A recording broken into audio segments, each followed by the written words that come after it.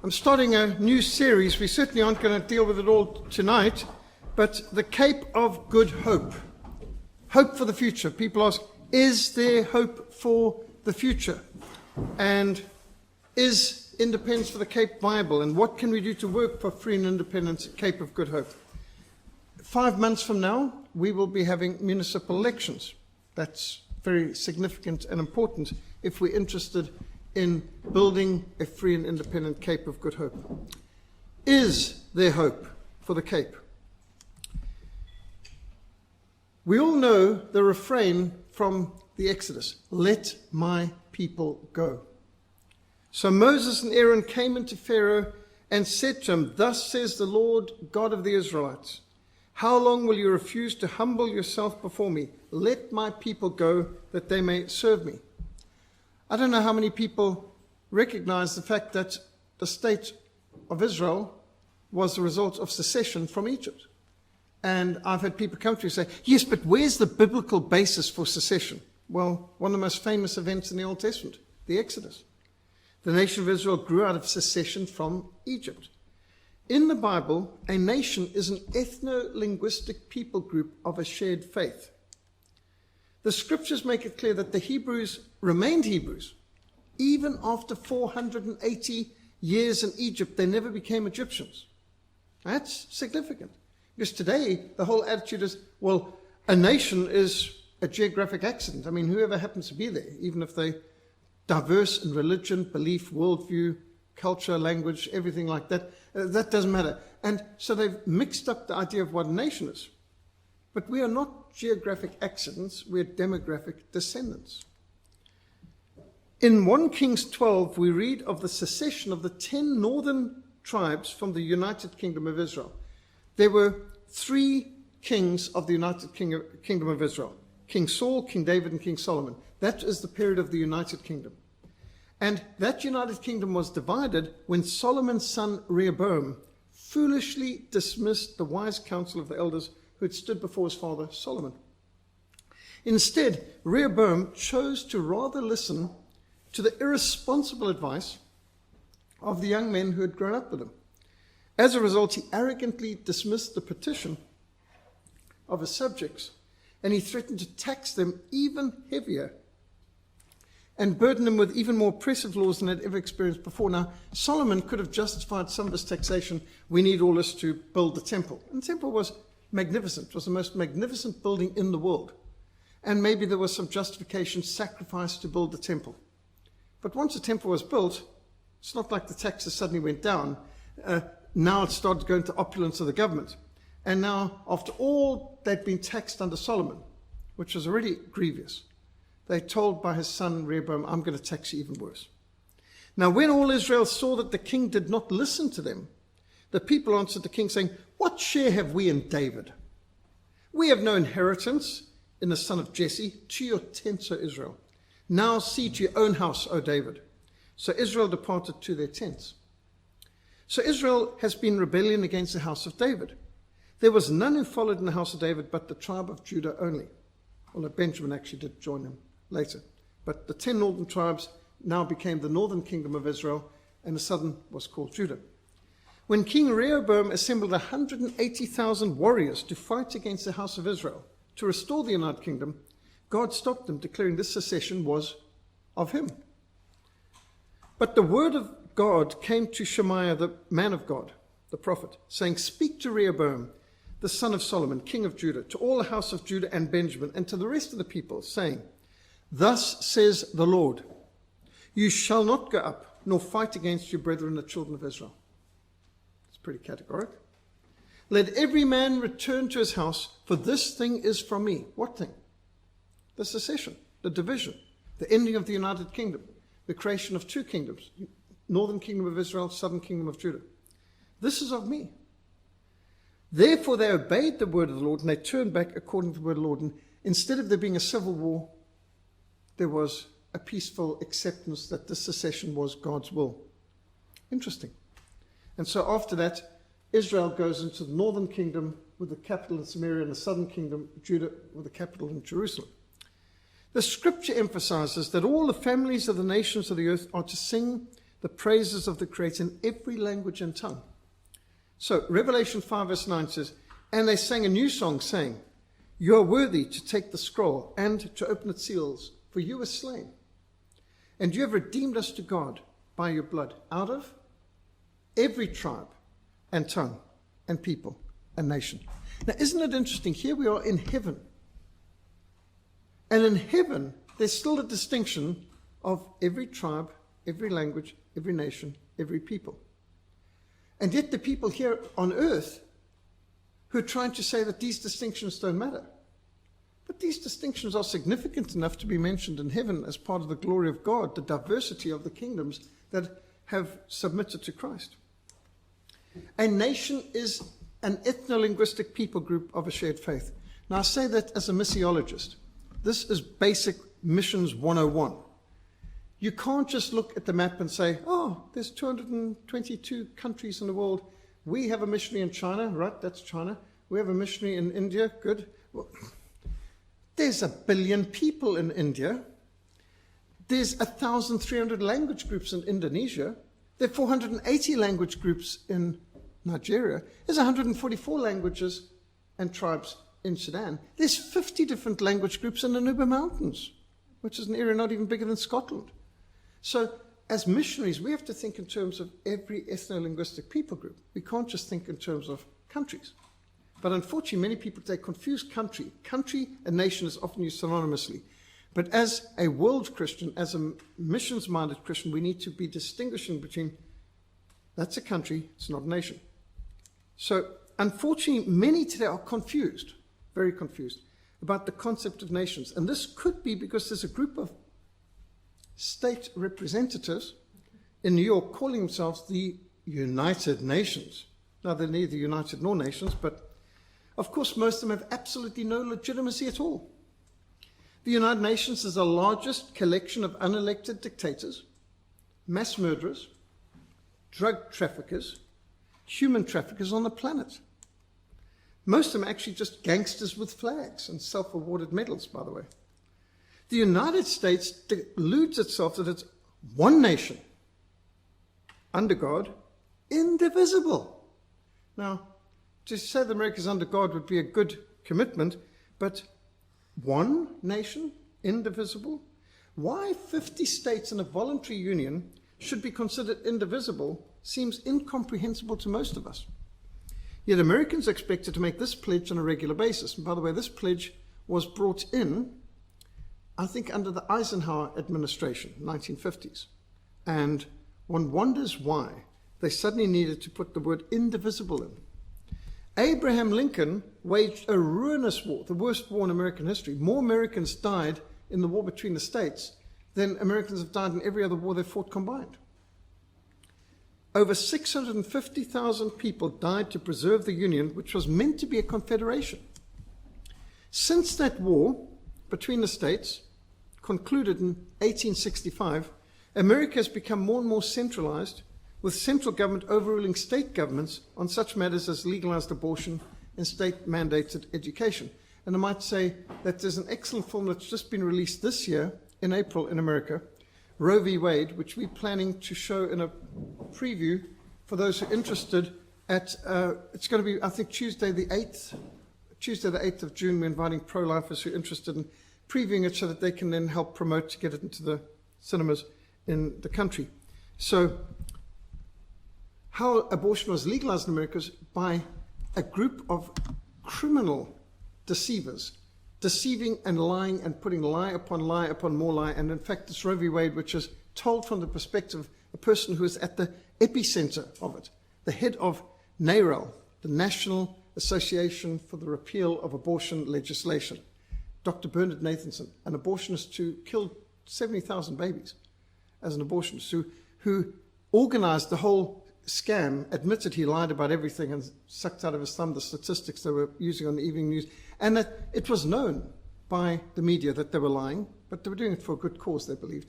And this was the central government telling all the local governments in America, 36 states in America had abortion as illegal, like Texas. And now the federal government came and said, you can't make laws protecting babies in your own state. Now, that's a result of Lincoln. By the way, this picture is interesting. Do you recognize the character standing there? That's Fidel Castro, the cigar smoker himself. Uncle Fidel is coming here to lay a wreath on behalf of the Communist Party of Cuba before the idol of Lincoln in this temple. In this temple, as in the hearts of the people, for whom he saved the Union. The memory of Abraham Lincoln is enshrined forever. I mean, saved, hearts, forever, temple. Seriously, religious terminology here. But just reminding us of the fact that Abraham Lincoln is a patron saint of the Communist Party of the United States of America and of the Communist Party of Cuba and many other places too. He's much prized, and he was a correspondent and friend of Karl Marx, and they correspond. Karl Marx was very supportive in defending what Abraham Lincoln was doing because it totally fitted in with his goals. At any rate, that's another story for another day. But when the Soviet Union, the USSR, broke up in 1991, it was considered a good thing. And there was a lot of rejoicing as Latvia and Lithuania and Estonia and Ukraine and Belarus and Armenia and Georgia and many other nations seceded from the Union, the Soviet Union. It's a good thing for freedom that the Soviet Union was not indivisible, because there's a multiplicity of nations in what is now the Russian Federation and the 15 different republics that have grown out of them. Even National Geographic, speaking about the peoples of the Soviet Union, showed the different tribes and languages and races and nationalities. And you can see they even had a tribe of astronauts living in the Soviet Union there. And so now there's 15 countries where there used to be one indivisible Soviet Union. And that's a good thing. It's a very good thing. And Russia is the stronger for it, that it's not ruling a massive empire that includes all these countries like Kazakhstan and Kyrgyzstan and Turkmenistan, Uzbekistan. Why not let them go free and separate? Some of the most successful countries in the world are the results of secession. Exhibit A, Switzerland, seceded from Austria in 1291. Now, you all should know of the story of William Tell. Their independence was inspired by the expert marksmanship of William Tell, who was a real person. He refused to bow before the hat of Albert Gesler, which was raised on a pole in the market square of Altdorf. And when William Tell refused to humble himself in front of this leader, Gesler's cruel wrath mixed with curiosity to test William Tell's legendary marksmanship with his crossbow, ordered him to shoot an apple off his son's head with a crossbow bolt. I mean, what a disgusting, cruel punishment to any father.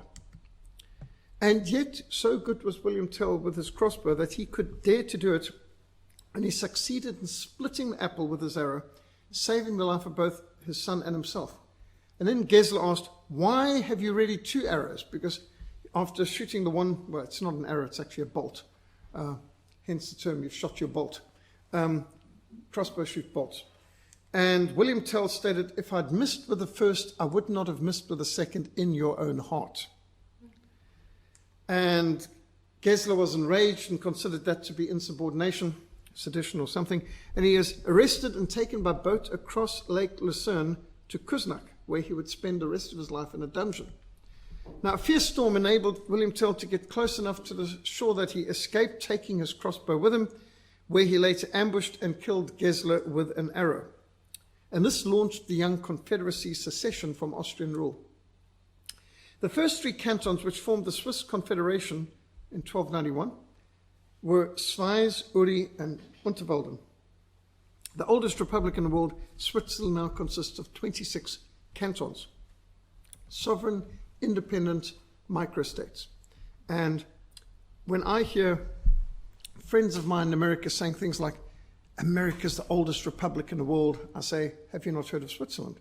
When I hear people saying, "America's the freest country that ever was or is in the world today," and I say, "You should visit Switzerland. They're a lot freer than you are." And there's a lot of things that the people in America seem to think that they're the oldest, the greatest, and all the rest. But interestingly enough, at the beginning of the First World War, the American military intelligence sent a major to do a study of Europe because they thought we might get involved in this war.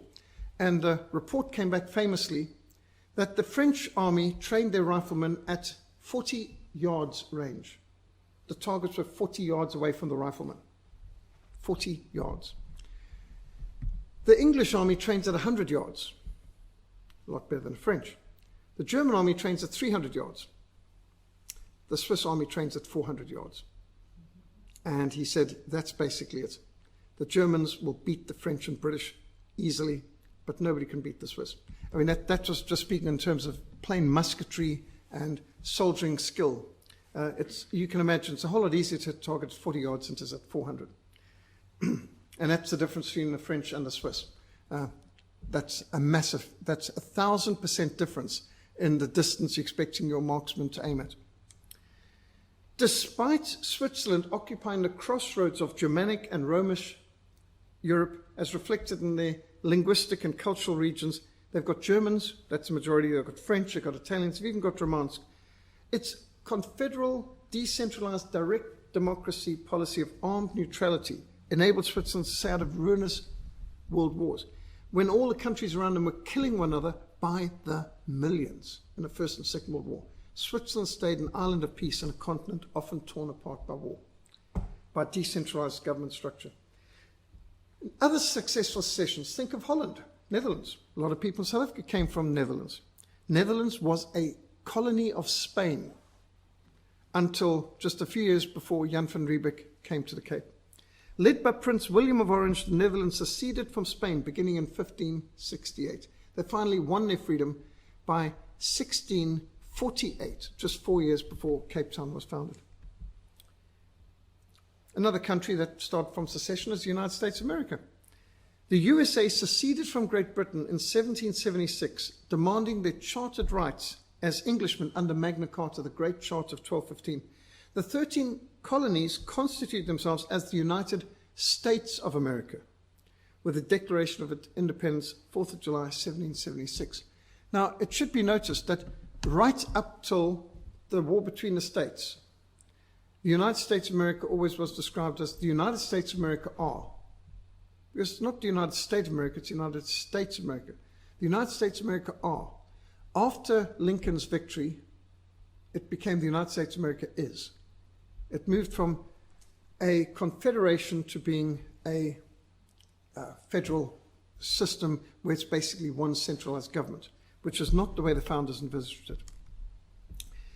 Well, going back to 1776, the founding fathers of the United States maintained that as the English government had failed to protect them and to provide for their rights, as guaranteed by Magna Carta of 1215, they were absolved of their allegiance to the British government in London. Now, this is all part of Lex Rex. The law is king, and In Defense of Liberty Against Tyrants by Junius Brutus, books that were well known and well quoted from at that time. As the king owes allegiance to the King of Kings, we owe allegiance to the king. But if the king is in rebellion to the King of Kings, we must not join him in his rebellion to God. Now, government is a contract. We give the government allegiance and taxes and service in the military and so on. They give us protection. Now, if the government fails to serve and to protect its citizens, the citizens are alleviated of any obligation of loyalty to government. If the government won't keep their side of the contract, then we don't need. For example, if you have to pay rates and taxes, then the government must fix the roads and see the electricity and the plumbing and everything works, and they've got to protect you from crime and all that. Now, if the government fails to do that, why are we paying our rates and taxes? And so you get tax revolts. And this is all part of the kind of principle which is spelled out in Magna Carta, Lex Rex, In Defense of Liberty Against Tyrants, and which the Americans asserted with their War of Independence against Great Britain in 1776 and following. Belgium seceded from Netherlands in 1830. Originally, Netherlands included what today is Belgium, which is why probably Afrikaans is so much closer to Vlaams, which is in Belgium, than Netherlands. And it could be that Afrikaans is more Afrika-Vlaams, because you go to Belgium today and you hear a person speaking Vlaams, you will be able to understand them and communicate to them quite well. A fair bit harder in the Netherlands, although there's similarities. Texas seceded from Mexico in 1836. Remember the Alamo. The Battle of the Alamo in 1836 was a pivotal event in the War of Independence for Texas. and the cruelty and arbitrary lawlessness of President Antonio Lopez de Santa Anna. I've always found it amazing when you come across a spur in Cape Town called the Santa Anna Spur. Do they not know who Santa Anna was? He's not exactly the good guy. You know, you might as well have the Mao Tse-tung Spur or something. It's just, Santa Anna was bad, very bad. I mean, and here you've meant to have this Texan-like Spur restaurant, and you've got one called the Santa Anna. Well, this led to other Texans rising up and defeating the Mexican army at the Battle of San Jacinto, 21st April 1836, securing the independence of Texas from Mexico. So Texas seceded from Mexico, and they are the one state in the Union of the United States that made a provision as well when they joined expressly. They have the right to secede at any time, and a lot of them are thinking this is a good idea at the moment. Nicaragua seceded from Guatemala in 1838. Norway seceded from Sweden in 1905. I mean, that's a lifetime of my grandfather. It's not that long ago. In fact, very recently, there was Norway celebrating its 100th anniversary of their country, becoming an independent country. Prince Carl of Denmark was unanimously elected king by the Norwegian parliament, the first king of a fully independent Norway in over 500 years. He took the name of Haakon VII. Now, Haakon was one of the great Vikings who, therefore, many descendants, many other kings were named Haakon. A national referendum confirmed the people's preference for a monarchy over a republic, and a peaceful separation of Norway from Sweden was effected 7th of June, 1905. Finland seceded from Russia in 1917. If you know your dates, you'll recognize something was going on in 1917.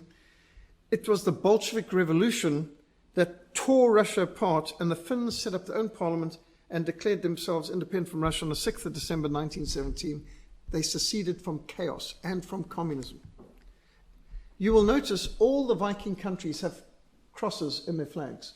It's a testimony to the conversion of the Vikings, that they, some of the most bloodthirsty people in the history of the world, how they were tamed and civilized by the gospel. The Republic of Ireland seceded from Great Britain in 1922. And it's a fact that Ireland today is divided between Northern, or Protestant Ireland, and Southern Republic of Ireland. Northern Ireland is monarchist, unionist, believe in being united to the United Kingdom, where Southern Ireland are Republican and they're Catholic. And so again, you've got a secession based on religion, probably primarily, in the fact that the Catholics in Ireland did not want to be part of a Protestant Britain. And the Protestants in Northern Ireland did not want to be part of a Catholic Southern Ireland Republic.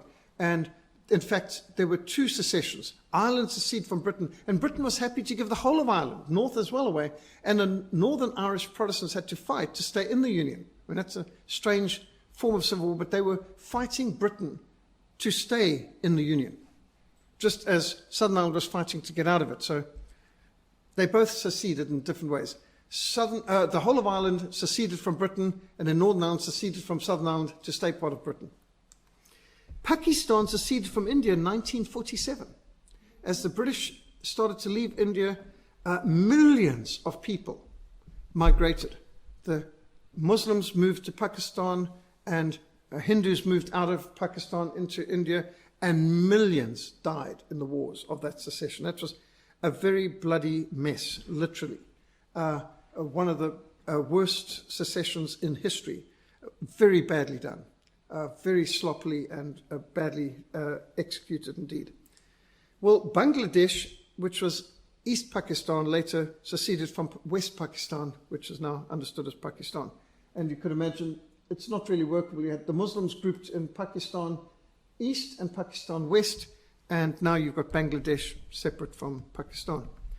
Taiwan, this island off the coast of mainland China, seceded from China in 1949. As the communists seized control on mainland China, the nationalists seceded from mainland China. Now, not that mainland China accepts it, and right now there's a lot of bullying and attempts to pressure them, but right now Taiwan is one of the richest, most effective free market economies in the world. In fact, our mission has had many a Bible printed in Taiwan because they print them cheaper, more effectively, and so on, than we can get done in Africa at 1/5 the price. Singapore, which is also a place we've regularly got Bibles printed because they can undercut everyone else in cost, they seceded from Malaysia in 1965. Now, Singapore was just a swamp.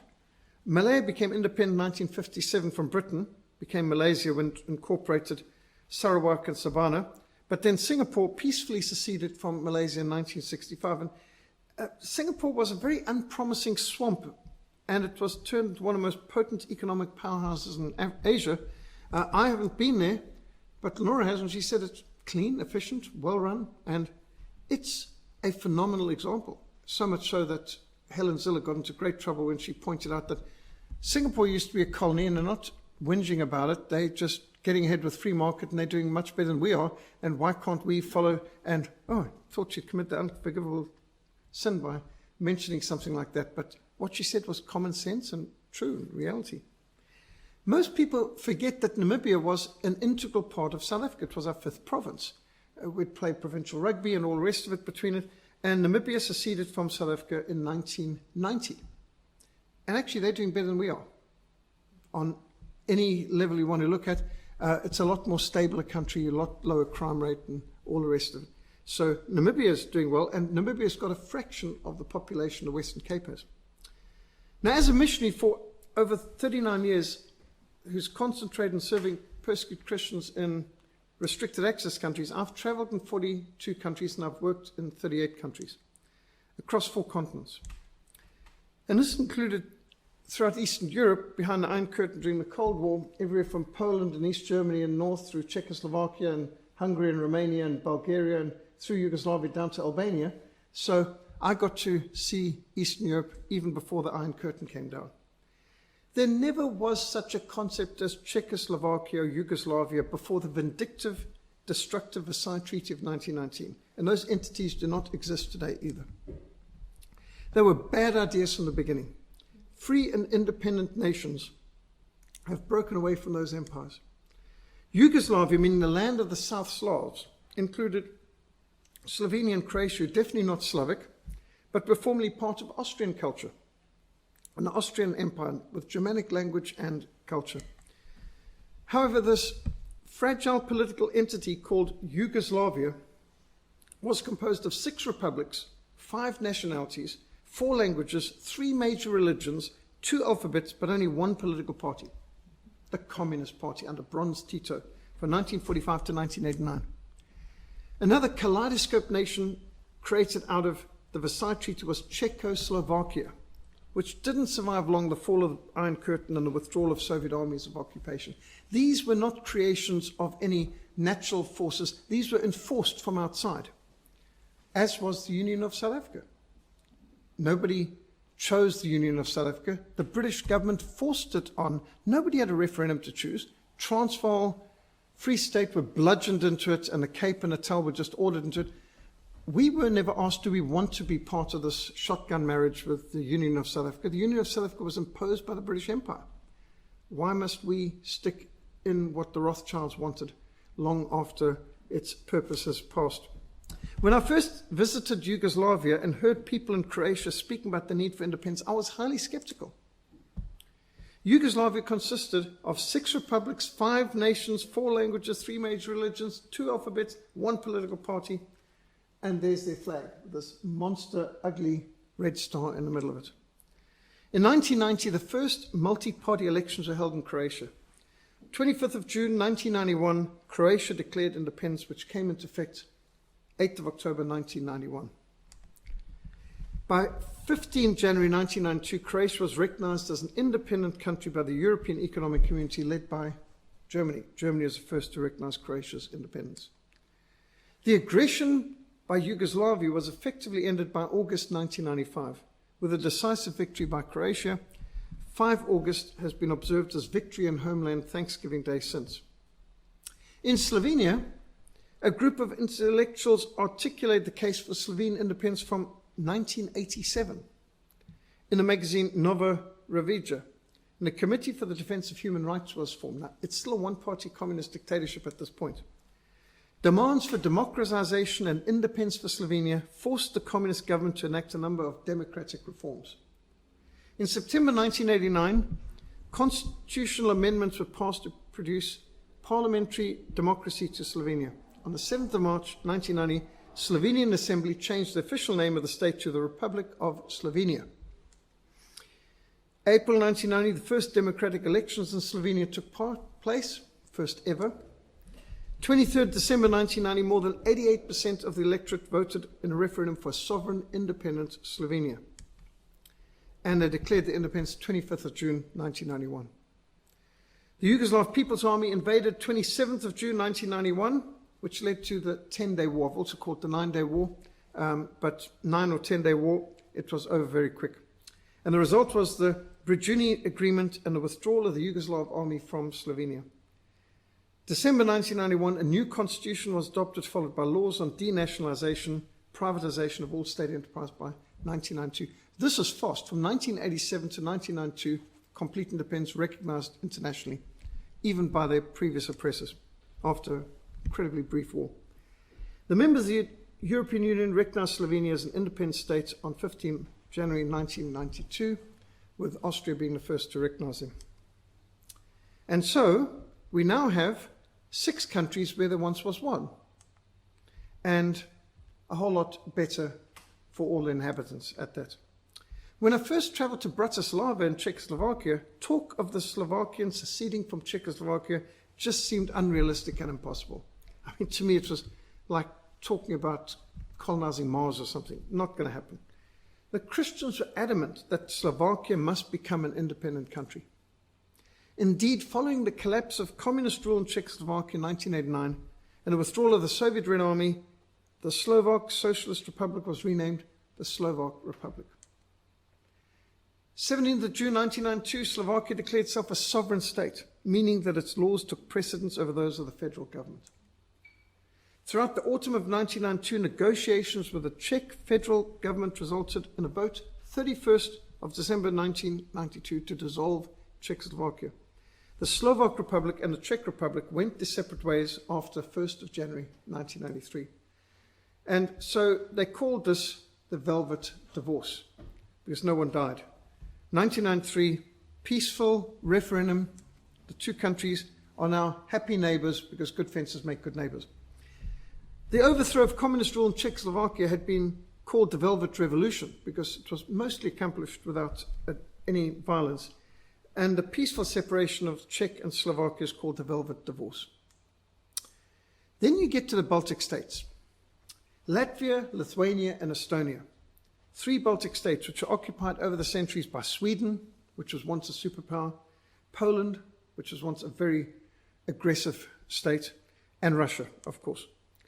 The Republic of Latvia was established 18 November 1918 when it seceded from the Soviet Union, just like Finland had done. In 1940, though, Latvia was invaded by the Soviet Union, and later Latvia was liberated by German forces during Operation Barbarossa in 1941, and many of them actually served in German army fighting throughout Operation Barbarossa against the Soviets. In 1944, the Soviet Red Army again invaded Latvia and forced it back into the Soviet Union. Starting in 1987, the Singing Revolution called for Baltic emancipation from communism and from Soviet occupation. And on the 4th of May 1990, the Declaration of the Restoration of Independence of the Republic of Latvia was issued. On 21st of August 1991, Latvia declared its independence. I mean, this is quite fast. This is extraordinary. Latvia has been declared the capital of culture in Europe, and its capital, Riga, has hosted the Choir Olympics, which Daniela, as part of the Cape Town Youth Choir, has been able to participate in. 140 choirs from around the world gathered in Riga for this event, and I believe the Stellenbosch University Choir won the category of sacred music, which is an extraordinary achievement. For this little Baltic republic to have gained this kind of prominence in such short time and freedom, absolutely extraordinary. Estonia was also occupied over the centuries by the Polish, the Swedish, and the Russian forces, declared its independence also in 1918, as the Bolsheviks were destroying Russia, and on the 6th of August 1940, invaded and occupied by Stalin's Soviet Red Army, incorporating the Soviet Union with a lot of brutality. Well, Estonians continued to resist the Soviet occupation for years. During the Second World War, of course, on the side of the Germans, afterwards, the Forest Brothers resistance movement opposed the Soviet policy of collectivization and forced removals of Estonians to make way for Russian immigration. Many Estonians were shipped off to the salt mines and to Siberia, exile and work in labor camps, and died in Siberia. But they fought in the bush. And by the way, I don't know if you can spot here with these men. These were some of the resistance fighters. Some of the picture looks a bit scratched and folded, but the weapons they're using here, weapons they've captured from the enemy, and they were fighting for 10 years after the Second World War. They were still fighting the Soviets. In 1987, the singing revolution began because they didn't have much resistance opportunity, so they started to revive their culture and sing, and this brought the people together. And it's very hard to say you're not allowed to sing. And so the Popular Front of Estonia became the standard bearer for Estonian independence. An Estonian National Defense Party was the first non-communist party in the Soviet Union. It demanded full restoration of independence. And they would gather to sing, and the candle became the symbol of resistance to communism back from the Leipzig movement, which started back in 1982. So the Leipzig prayer meeting was, they would come with candles, not lit, and then one would be lit, and then they'd light one another's candles. And the idea is, not all the darkness can put out the smallest light. Light is more powerful than darkness. Truth is more powerful than lies and error. And that communism is darkness, it's lies, it cannot survive simple light. A simple candle is more powerful than all the darkness. And so you'll see there, this is a sign of the protests throughout the whole of Eastern Europe, especially starting in Leipzig, but here in Estonia, Latvia, Lithuania, they use the candles a lot. Estonia never joined the USSR. I mean, this was not a marriage. As I said, this is a rape. Estonia wants freedom from an abusive government. On the 16th of November 1988, the Estonian Supreme Soviet issued a sovereignty declaration asserting the primacy of Estonian laws over Soviet Union laws. This is very brave. I mean, this is when the Soviet Union is still in its heyday. In 1988, we were still fighting them in Angola. I mean, the hot part of the Cold War was still on, and they could have crushed them under their tanks. These are very brave people. 23rd of August 1989. I mean, this is while the Berlin Wall's collapsing, and all over Eastern Europe, there's all kinds of eruptions. 2 million Estonians, Latvians, and Lithuanians participated in a mass demonstration. We have a life chain. Well, they had a Baltic Way human chain with 2 million people across 3 republics. Here you can see the line of the Baltic chain. Along the side of the road, see the nice old cars from Ladas and Moscoviches back from it looks like they're made in 1950s. But these would be 1980s cars, as 1980, and demanded restoration. So singing and peaceful protest was their way. In 1990, the Congress of Estonia was formed as a representative body of Estonian citizens, and in March 1991, a referendum was held where 77% of voters supported independence. You wonder what on earth was wrong with the other 33%. A Moscow coup attempt was exposed and resisted, and Estonia declared its restoration of independence 20th of August 1990, which is now a national holiday in Estonia. The last units of the Red Army only left Estonia in 1994, so they continued to act as an independent country even while the Red Army was occupying them, and it took a few years before the Russians said, you know, we might as well just leave, we're not wanted here anymore. And they got the message ultimately. And these are wonderful people. You can ask Daniela, she's visited these places. So 1992, Estonia launched economic reforms for privatization and free market economy, and in 2004 they actually joined the European Union and NATO. And you can see the Baltic people, you may wonder, well, why don't they just make one country instead of 3? Because they're different people. They descended from Germanic, Viking, Swedish, Finnish, and other peoples, but they've got their own language and culture. Now, Estonia and Latvia are overwhelmingly Protestant. Lithuania is mostly Catholic. So, coming to Lithuania. Lithuania seceded from the Soviet Union 16th February 1918 to form the Republic of Lithuania. 1940, like its brother states, invaded by the Soviet Red Army of Stalin, and they also joined with and supported Germany in Operation Barbarossa in freeing their country from the Soviets. occupation, and then they were crushed again in 1945 when the communists came in. On 11th of March 1990, a year before the formal dissolution of the Soviet Union, Lithuania became the first Baltic republic to declare itself independent. 11th of March 1990, a full year before the dissolution, Lithuania became the first state to declare independence. And so at that point, the Supreme Council announced the restoration of the independence, and on 28th of March, the Soviet Union imposed an economic blockade in Lithuania. This blockade lasted 74 days. But Lithuania stood firm. You can imagine, total lockdown, nothing allowed to be imported, exported, border frozen, but the people stood firm. And the Soviet Union attempted a coup in Lithuania. They stormed the Seimas Palace, and Lithuanians vigorously defended their council, inspired other Soviet republics to secede from the Union. So they did a very brave, bold work of resistance. You can see the people who are resisting the Soviet tanks. P-76 is coming in there. Shortly after 11th of February 1991, the Parliament of Iceland voted to confirm Iceland's 1922 recognition of Lithuanian independence. They said, we don't need to recognize them. Our recognition of 1922 stands in effect. We never formally recognized the Soviet Union's occupation of Lithuania. And what it takes for independence to work in terms of international laws, you need one other sovereignly recognized country to recognize the independence of that country. And so Iceland was effectively the first to say, to be brave enough to say, Lithuania is independent, sending our ambassador over. And that started domino effects. Others, most people aren't willing to be the first, but they might be willing to follow. Iceland stated full diplomatic relations should be re-established as soon as possible. On the 25th of October 1992, the citizens of Lithuania voted in a referendum to adopt their new constitution. So these are the three states. You've got Lithuania, Latvia, Estonia. 31st of August 1993, the last units of the Russian army finally withdrew from Lithuanian territory. It took them a while to get the message, but finally they left peacefully. Since 2004, Lithuania has become a member of NATO and the European Union, and these are others who've joined the European Union since Cyprus and Malta, and of course we've mentioned many of these others, but Hungary was another story.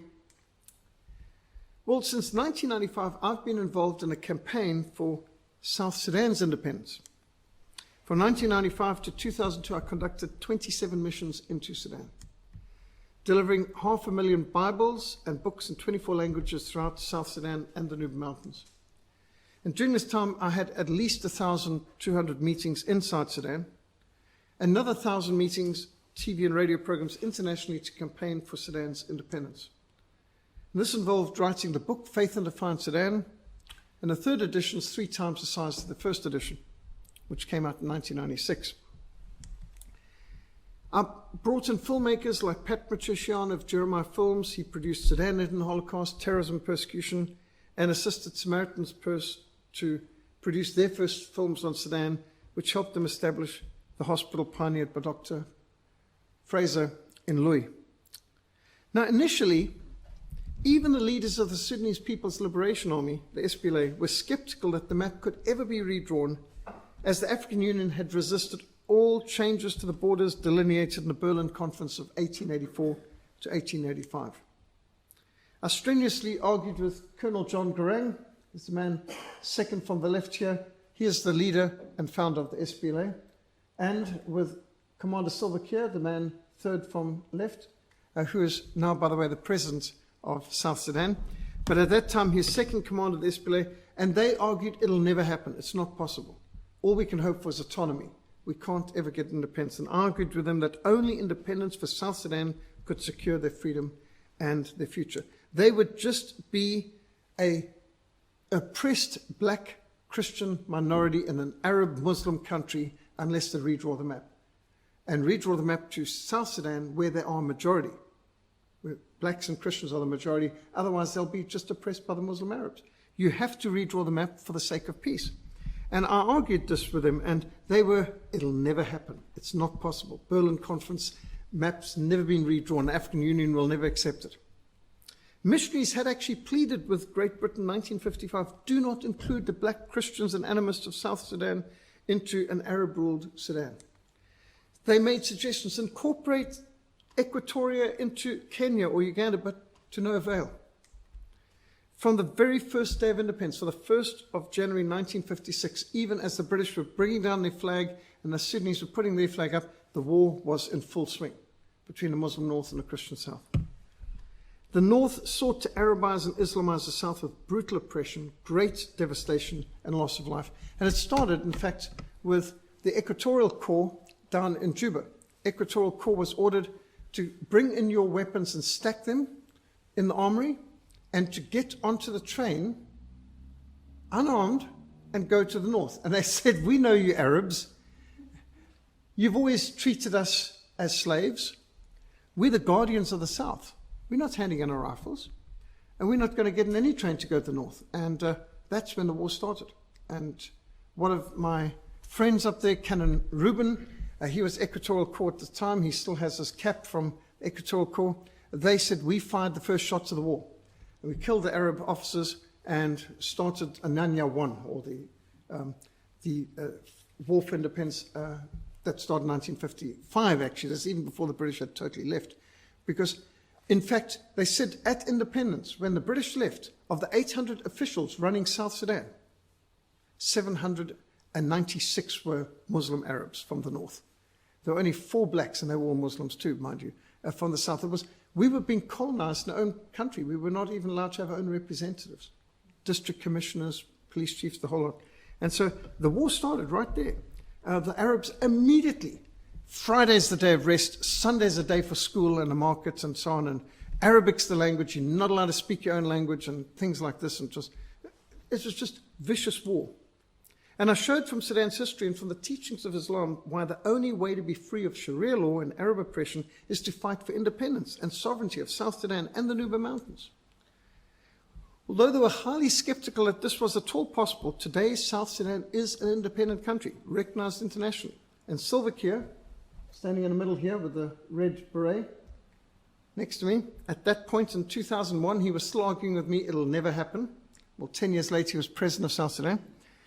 And Salva Kiir has been its president since 9th of July 2011. And the theme of that independence campaign was, let my people go. And the symbol was for secession, the hand up, enough, a black hand, enough of the Arabs. And this was in 2005, they had their referendum on whether they would get independence. And the people voted overwhelmingly. It was in the 89% for independence. And it's the sign that they'd voted. And so this is the polling stations for the referendum, 2005. And 2011, because they wanted a cooling off period of 6 years before independence would actually happen to allow for, and it was mostly peaceful and so on. And so this is the scene in Juba, independence. This, by the way, is a Mi-8 HIP helicopter, same kind of helicopter I was captured in Mozambique in 1989, Soviet manufacture. And the Sudanese love their crosses. These are some of the war veterans. Now, these are real veterans who fought a real war without legs, amputees who've lost limbs to the landmines and the fighting at the time. And I never saw them like this in this kind of uniform when I was there, let alone with gloves. And here's Salva Kiir, the president of South Sudan, on Independence Day, and he's wearing this lovely Texan hat. And you wonder where that Texan hat comes from? George Bush Jr. George Bush welcomed Salva Kiir to his farm in Texas and gave him this hat, and he wears it like a crown since. And this is the most popular fashion accessory now in South Sudan. All the South Sudan men like to have Texas hats, so this is a whole new culture that's been brought in there. And lifting up their constitution, and to think that, by the way, that's interesting, just behind us, Franklin Graham, and I managed to ambush Franklin Graham to get him involved in this work, because after going to Sudan in 1996, the people had said to me, you must help us with hospital. Now, the first thing they asked for was Bibles, which I brought in from 1995 on, and I said, we need a hospital. There's not a hospital for 8 million people. So a man's got to know his limitations. I'm not medical. What do I know about that? But I knew Samaritan's Purse. I'd been with him in Rwanda, and I'd seen what's happened in Rwanda, that all the medical groups left. Red Cross, Médecins Sans Frontières, Doctors Without Borders, they're all out left. During the Holocaust in Rwanda, the only medical group there was Samaritan's Purse. And I was with them. I was in their hospital that they were cleaning out, putting on overalls, Wellington boots, crawling into the drains and clearing out the body parts. There were 8,000 human corpses in this one hospital in Kigali. And the entire plumbing was clogged. And to break up the congealed blood and to enable the drainage to work, it was a filthy business. And you cannot imagine how many, not thousands, hundreds of thousands of rats there were. Rats everywhere, all big rats bigger than our cats. And there were rats all over, and at night we'd be in this place and they had all kinds of rat traps around, and every now and then you'd hear a rat trap clamp and there'd be a chair throughout the whole house. And one night I remember this one woman who had a pathological fear of rats, and for some reason she chose the top bunk, thinking the top bunk was the best way to be free of rats. Well, it's the worst place to be, because the rat came through the roof onto this poor American woman, and she woke up screaming. We were running there thinking she was under attack. Meanwhile, it was only a rat that was nibbling on her. And we'd literally sleep with a mag light and a machete. We'd be batting away rats at night while trying to sleep. Well, I knew Franklin Graham's the man. Let's get Samaritan's Purse into Sudan. So I wrote to his office and I got a polite letter back. Sorry, busy, overcommitted, not possible. So I'm thinking about this, and next thing, what lands on my desk? A beautiful gilt embossed white envelope and openness embossed thing. Here's a card with gilt in it. The Mayor of Cape Town invites you to a prayer breakfast, so the special guest speaker will be Franklin Graham. Franklin Graham coming to Cape Town. He's going to speak at an evangelistic rally in Newlands cricket grounds, which my dad used to run, and I've got an invitation to the Mayor's prayer breakfast. Well, what a deal. So I wrote again and I asked for, is there possible to get a meeting with Franklin Graham when he comes to Cape Town and so on? Not possible, overcommitted, so on and so forth. And that's when I got this invitation. So I made sure I was there really early, parked my motorbike right up where the City Hall was, went inside, and with my helmet over my arm, and there's Franklin Graham and the Mayor standing at the door. And I might have been the first day, and as I shook his hand and said, Franklin Graham, I believe you also motorbike. And he beamed and said, yes, I've got a Harley Davidson. I said, I believe you've also been involved in training chaplains for the Contra rebels in Nicaragua. And he said, yes, I have. I said, I've been doing that with Renamo in Mozambique and Unita in Angola. Mr. Graham, I've got one question for you. Why is Samaritan's Purse not in Sudan? He was a bit defensive. He said, well, we have been in Sudan. I said, Upper Nile 4 years ago. And he said, well, we found the people unreliable and we couldn't work with them. I said, you were working with Riek Machar's crowd. They're surrogates for the Arab government. He said, I didn't know that. I said, I know just the place for you to work, the people who you can trust. In the oldest hospital in southern Sudan, it's abandoned right now, but was planted by the first missionary to South Sudan, Kenneth Fraser. Mr. Graham, give me a team. Let's get Samaritan's Purse in South Sudan. Now, at this point, there's a queue of people lining up behind. So he said, I'll speak to you later. And he did. He came, found my desk where I was, and he said, this is Mr. Ken Isaacs. He's in charge of my operations team. Explain to him your vision. So I sat down with Ken Isaacs, who initially was hands folded, leaning back, legs crossed, real negative body language. But after a few pictures and stories, he's leaning forward, looking through my photo albums and really interested. Well, 2 days later, I get a phone call saying, Franklin's given the green light. We need you to take our team in 2 days from now. I've got programs, I've got commitments. And he said, Peter, you've got a green light. Go through the intersection. Okay, cancel everything. Off to Kenya, took the team in, and there's a whole lot of amazing things that happened to make it really work. But they came in within weeks after that, and they got set up, and they were there for years. In fact, Franklin Graham said, we never are in any place longer than 6 months. Samaritan's Purse is short term. We seldom commit to more than 3 months. We've never committed to more than 3 months before, but we'll commit to 6 months in South Sudan. Well, they were there for 10 years. They performed over 200 operations. And they really made the blind to see with cataract surgery and a whole lot of great things. And at one point I said, so what happened to we never anywhere more than 6 months? And just like 2 years later, he said, well, it's your fault, he says. We've got so much designated funding from the films that were made that we're going to be here for years. In fact, in the end, to get out of Sudan, Samaritan's Purse built over 250 churches for churches that had been bombed, with funds that had been designated for Sudan, because they had to finish the designated money so they could move on to other projects. They had so much that was designated. I think it was in the millions, $6 million or something, designated for South Sudan. Don't know why we can't raise that money for our work. But anyway, Samaritan's Purse Hospital got involved there, and Franklin Graham was personal friends with George Bush. And in fact, Franklin Graham did the prayer inauguration for the president at the inauguration of George Bush. And so he was the ideal man to take their concerns directly to the President of America, and a whole lot of interesting things started to roll from there. This picture says a lot. A man who's lost both his hands, probably chopped off by the Arabs, raising his hands or his stumps in praise to God for independence. From today, our identity is Southern and African, not Arabic and Islamic. We're not worse Arabs, but we're better Africans.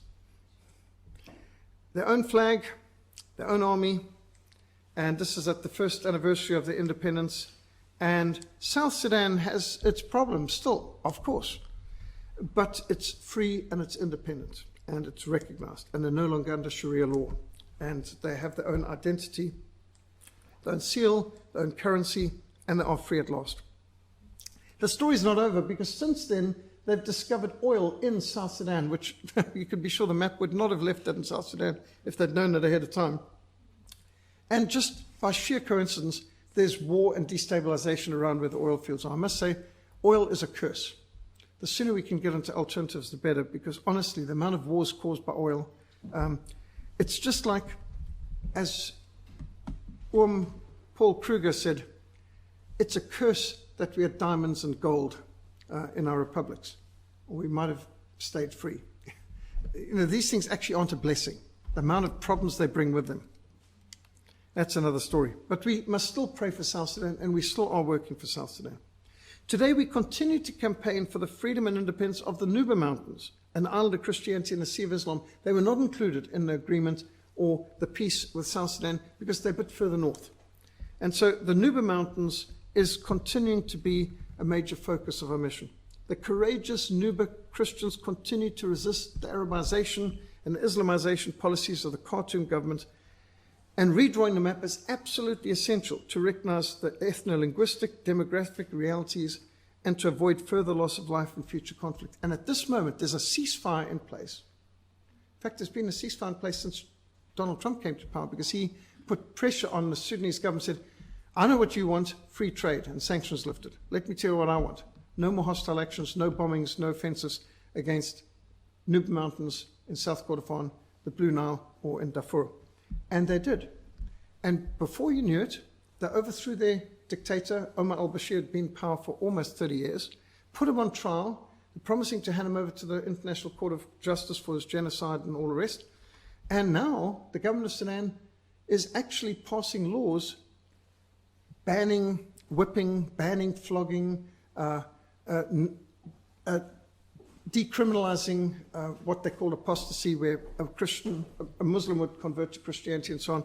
So there's a lot of interesting things. They've signed peace treaties with the Nuba. So there hasn't been any bombing for the last almost 5 years, 4.5 years in the Nuba Mountains. And there's peace for a lot of work that can be done. So we must not continue to follow in the footsteps of failure. Centralization in a unitary state is as doomed to failure as the Tower of Babel. As you can see, Bruegel's classic portrait of the Tower of Babel, mimicked by the European Union in their poster, Europe, many tongues, one voice. How blatant is that?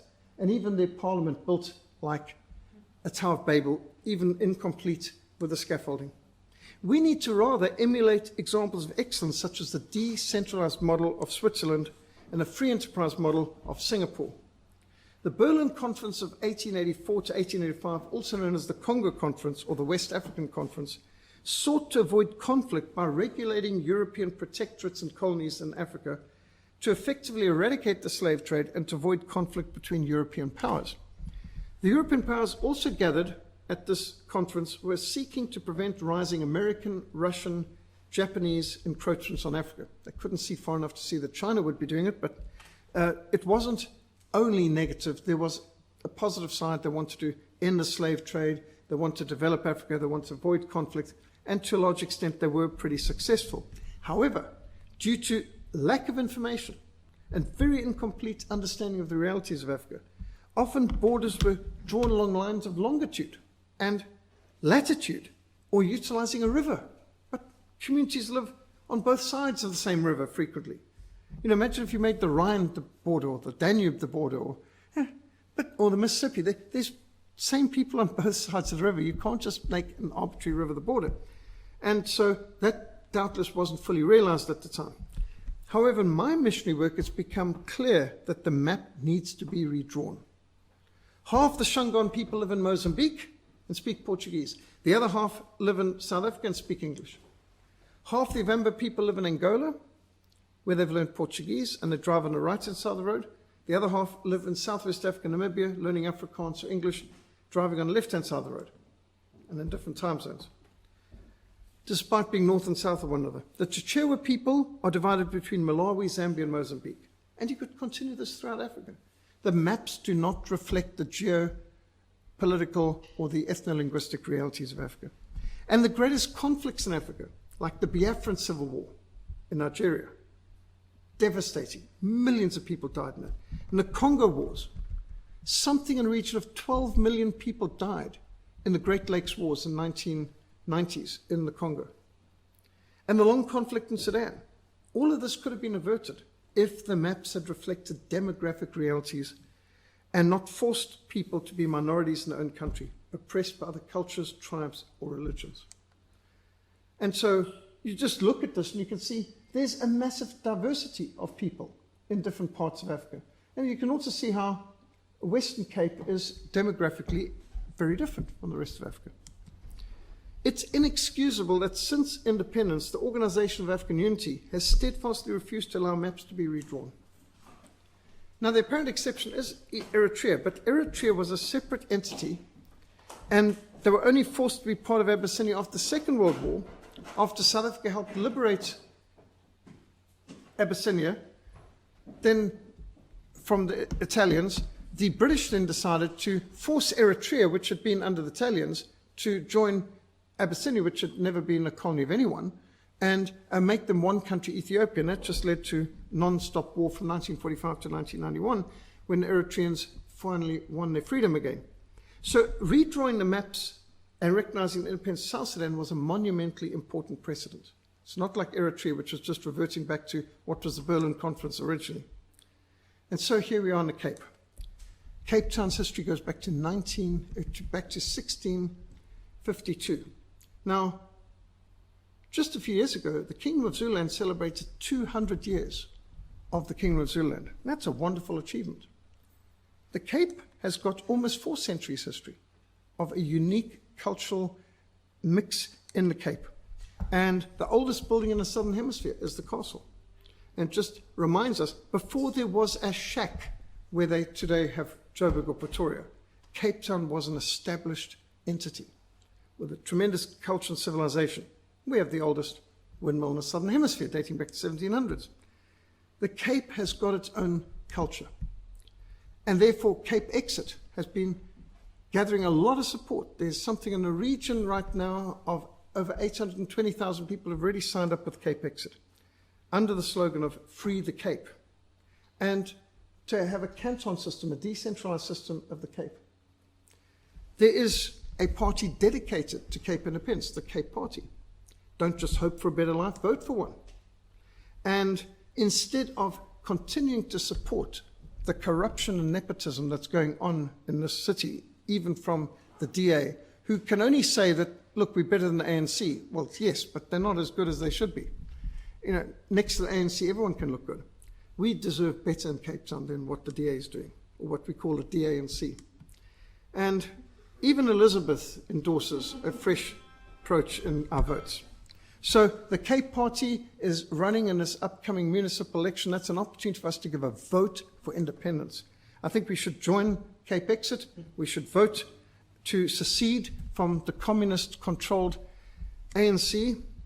For God has not given us a spirit of fear, but of power and of love and of a sound mind. The Lord is my light and my salvation. Whom shall I fear? The Lord is the strength of my life. Of whom shall I be afraid?